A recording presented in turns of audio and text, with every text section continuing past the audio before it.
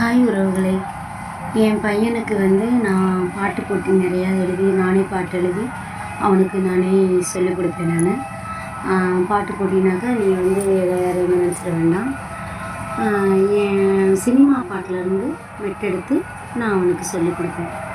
அதில் நான் உங்களுக்கு ஒரு பாட்டு படிக்கிறேன். நீங்கள் அது என்ன பாட்டுன்னு அது சினிமா பாட்டில் என்ன பாட்டுன்னு நீங்கள் எனக்கு கமெண்ட் பண்ணுங்கள். ஓகேவா?